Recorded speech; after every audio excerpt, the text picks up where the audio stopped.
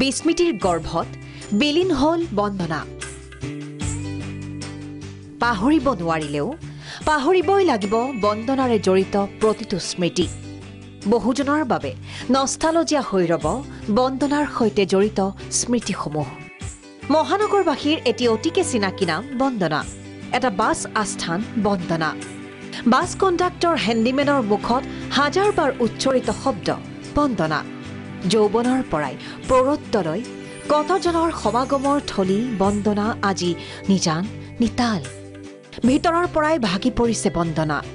আৰু বন্দনাত ভাঙি চলিছে নৱ নিৰ্মাণৰ এক আঁচনি বন্দনাৰ বন্দনাত্মুখৰ বিভিন্ন অনুৰাগী চিনেমা চোৱাৰ হেঁপাহ জাগি উঠাৰ পৰা ছবিঘৰৰ পৰ্দাৰ সন্মুখৰ আসনত বহি দেখা অন্ধকাৰখিনিলৈ সকলোৰে থাকে ৰোমাঞ্চকৰ পৰিক্ৰমা পিতৃ-মাতৃৰ কোলাত বহি চিনেমা চোৱাৰ পৰা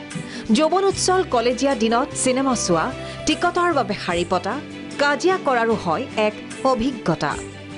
যৌৱনে আপুনি কয় অসমীয়া চিনেমা পুৰা ফাটাফাটি হৈ যায় তেতিয়া ইয়াত কাজিয়া হয় টিকেটৰ কাৰণে কাজিয়া হয় আৰু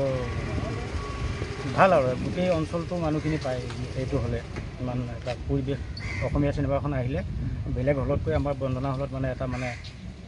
যে এনভাইৰনমেণ্টটো অকণমান গাঁৱলীয়া নিচিনা দূৰৰ পৰা গাড়ী লৈ লৈ অহা ইয়াত মানে স্মৃতি আছে আমাৰ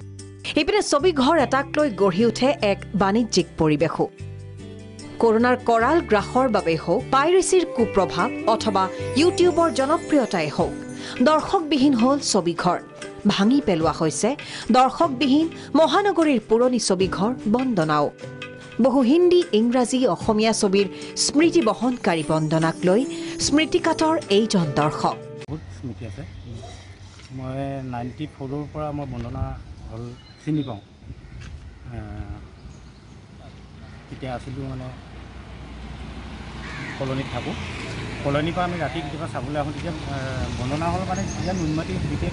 এনেকুৱা পৰিৱেশ নাছিল অকল হলটোৱে আছিল মানে চিনাকি বস্তুৰ ভিতৰত চিনেমা হলটোৰ 10জন কৰ্মচাৰীৰ ভৱিষ্যত কি হ'ব কি কাৰণে হলটো ভাঙিল নিজে আমি নাজানো দেই বহুত কৰ্মচাৰীও এটা খুব দিগদাৰ হৈছে কাম নাই সিহঁতৰ আজি 1 বছৰে এতিয়াতে দৰমহা পোৱা নাই একো পোৱা নাই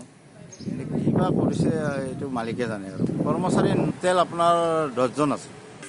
বন্দনাই নহয় ৰাজ্যৰ বিভিন্ন প্ৰান্তৰ বিগত সময়ছোৱাত বন্ধ হৈছে বহুতো চিনেমা হল চিনেমা চোৱা চিনেমা প্ৰেমীসকলৰ বুকুৱে বুকুৱে ৰৈ যায় এনে ছবিঘৰৰ বহুতো স্মৃতি